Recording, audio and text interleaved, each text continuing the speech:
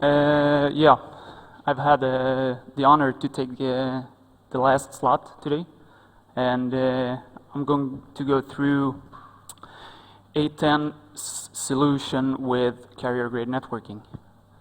My name is Alex, and I'm a systems engineer in the Nordics. Origin from Stockholm, but I think it's easier in English. So, A10 is a company that's been existing for like 10 years, something. We have offices in 27 countries, have over 800 employees, and customers in 67 countries. Of those 3,900 plus customers we have in, for example, the US, we have 3 of the top 4 US wireless carriers, 7 of the top 10 US cable providers, and top 3 wireless carriers in Japan. And also a lot of carriers in Nordics and Europe as well. Short on the Gartner, as everybody likes to show off where they are in the quadrant. The A10 has become a advanced to a strong challenger in our region. We also have had a lot of innovative features that we were more or less first to bring out, like SSL Insight, the possibility to intercept SSL traffic and see that in clear text, NAT, which I'm going to go through a little bit more soon, and DNS application firewall. A10's product portfolio is based on 3 different parts. It's the CGN part I have here, ADC, and TPS. I'm going to focus on the CGN today, which is carrier-grade networking, but we also have ADC, which is application delivery content controller, sorry, and TPS, threat protection system, like DDoS. And we are available to deliver this in many different form factors, whether you're running virtual environment or want to run appliances from us, or if you, in the next version, we're also available to run it on any steel at all. A10 is based on ACOS, which is a whole self-programmed operating system based on 64 bits compared to many others that has the problem of being developed while it was 32 bits and needed to move to 64 bits. But on the platform side, we are able to run on the optimization and acceleration part, of course, IPv6, server load balancing, SSL parts, and global server load balancing, and of course NAT. On the security part, DDoS, SSL, WAF, which is Web Application Firewall. So hard to stand here. I'll stand over here instead. And authentication, and as I mentioned before, DNS application firewall. Short in form factors, we have our own Thunder devices, which has the possibility to run a virtual chassis with different application delivery partitions. Like MSP, you can divide the hardware into several different partitions. But also virtual, our own hybrid virtual appliance, where you have the possibility to run SSL, for example, in hardware. And of course, your own vThunder or pay-as-you-go license in the cloud with Amazon or similar. And one of the big things that differs us from many others is that we have something called shared memory architecture. So instead of having dedicated memory per core or like the older systems, we share all the information between all the cores. And the flexible traffic accelerator is doing that all the cores that are available is always as busy as they should be. So we are spreading the traffic through all of the cores available in that hardware. And compared to the competitors, there are some parts that they always need to share between the different CPUs. And this is what makes A10 better in the hardware, because for each and every core that we add, we have a more linear scale when going up to the higher end boxes. So A10's carrier grade networking solution. The thought is to extend the IPv4 investments that you have done. Perhaps you have hardware that doesn't support IPv6 or the other way around, with the possibility to meanwhile migrate to IPv6, where you have the possibility to run application layer gateways and more or less run all or any functions in one unit. Same with the performance. The highest box has the possibility to run 256 million sessions and 150 gig of throughput. And if you choose to cluster them, we can go up to 1 TB. Same with the high availability. In the clusters, you are able to run up to 8 hardware boxes in a row and use them all active. As I mentioned before, we have our own physical boxes. We have the virtual boxes, the hybrid of that. We have come very far with the SDN and the NFV development. I'll show a short example of that later on.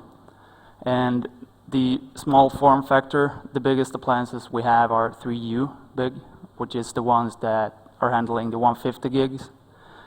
And one thing to push very hard on is the all-inclusive licensing.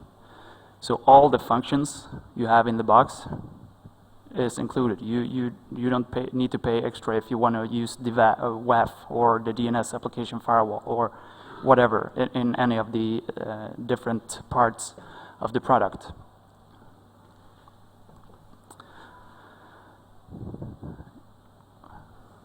And hardware-wise, we have the step-in model for CGN, which is the 3030, which handles about 30 gigs of traffic and 0.4 million connections per second, all the way up to these boxes here.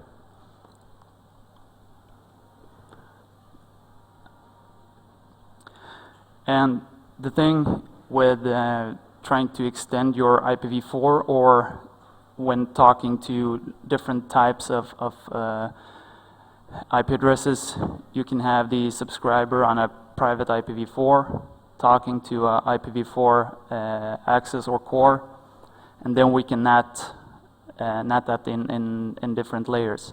So NAT 4.4 or NAT 4.4.4. Same with if the subscriber is on IPv6, we have a core that's IPv4. We can translate that and talk out to the IPv6 internet. And so on and so on.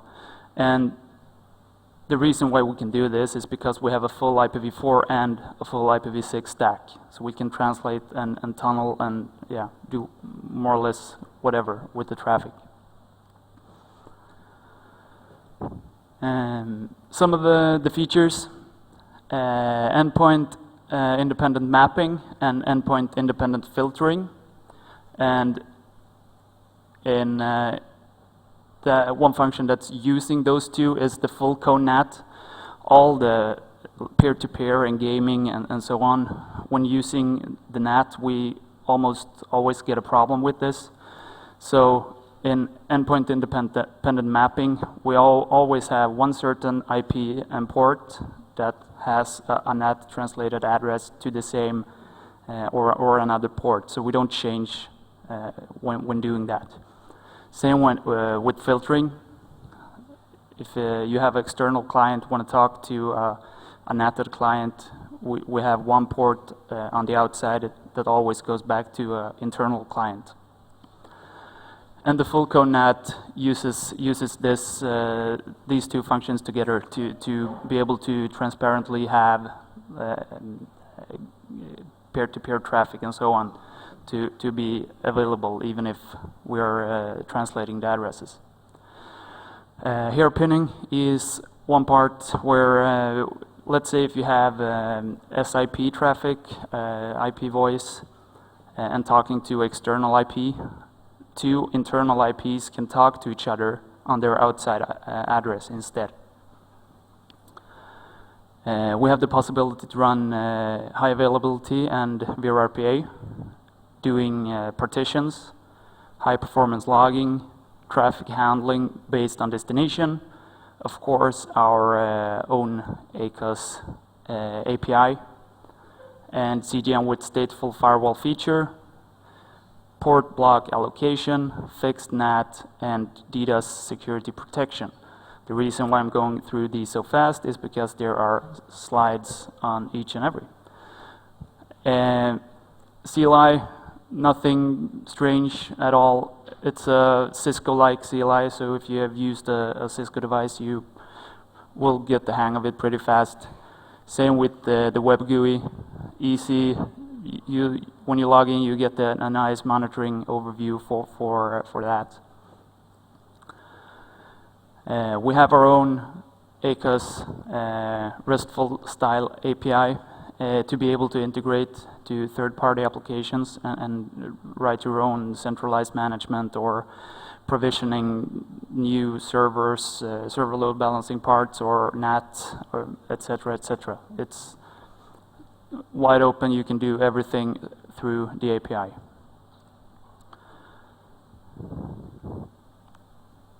Short on application delivery partitions. As I mentioned, you can partition the box. The biggest boxes are possible to run 1024 partitions, and you can, for each and every partition, you can set different limits per system resources. The only thing that the partitions share is layer 1 and 2. So they have their own from layer 3 and up to layer 7. VRRPA is a A10 implementation of VRRP, but you can't talk to other VRRP devices because it's a little different, and we wouldn't want that. The reason why we're going from a traditional HA pair to VRRPA instead, because this enables us to have up to 8 devices to serve active. So a short example here, we have 2 boxes, a shared partition, and we see which one is active and standby for each and every partition.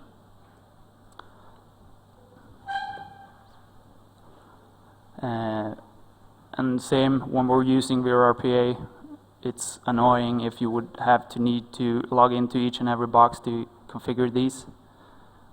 Instead, we built a virtual chassis system so you can run up to 8 devices and configure them all from one management IP. And it would automatically, if you pop in a new device, it would automatically upgrade it and so on. Same with session sync and so. Short on logging, of course, supports high performance logging. I don't think I need to go through all of these. It's more like if, yeah. We support the most regular ones. ASCII, hex, binary radius, and we can also completely choose how you want the log to look like and where to export it and so on. And the reason why I'm going so fast is because we're late. Short on in the CGN solution, you were also possible to do some DDoS mitigation on some levels, depending on what hardware or software you are running. These are some of them. There are some more as well. And this is the last slides. Just want to show short on cloud orchestration with the NFV. So you probably know what it is. Instead of having one single appliance to do every function or combine them, we could just let the cloud create them for us. So let's say we have a IPv6 user here, a router, and the cloud orchestrator says that we need to deploy a CGN vThunder. In this case, it talks to the licensing server and deploys that machine, and we have the traffic up and running. The problem is this Thunder device can only handle a X amount of sessions, etc. So when we start to adding more users, it automatically creates a new vThunder instance and configure that. And same the other way around. So the thing we want to show is with the licensing part, you can pay on the amount of traffic you're pushing through the devices and so on. Yeah. Thank you.